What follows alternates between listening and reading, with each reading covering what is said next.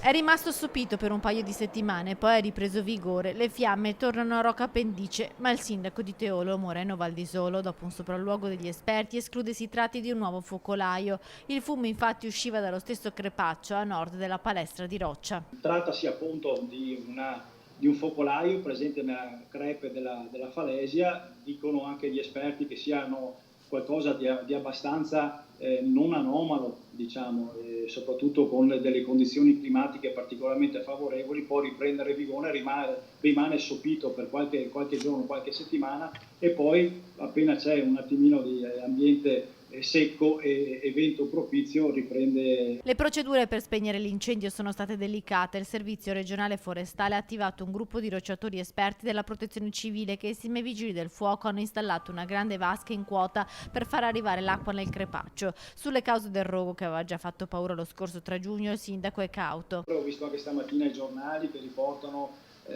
la possibilità di un'origine dolosa, no, del tutto, però questo è da escludere. Quello che è stato trovato lungo un sentiero e che si vede in fotografia nei giornali questa mattina è semplicemente una candela ad olio che è anche parecchio vecchia, diciamo datata, e quindi sarà residuo di qualcuno che magari a suo tempo è andato su e di notte è acceso per illuminare, ha acceso questa candela. La causa potrebbe essere anche un mozzicone di sigaretta. Per questo motivo il primo cittadino di Teolo invita tutti ad essere prudenti ed avere rispetto dei colli. Bisogna far passare un po' la cultura del rispetto dei nostri colli, al di là di tutto, no? Quindi a partire dal divieto di accendere i fuochi a quello di non lasciare sporcizie in giro e di avere cura del nostro ambiente, che è un fiore all'occhiello per la nostra comunità.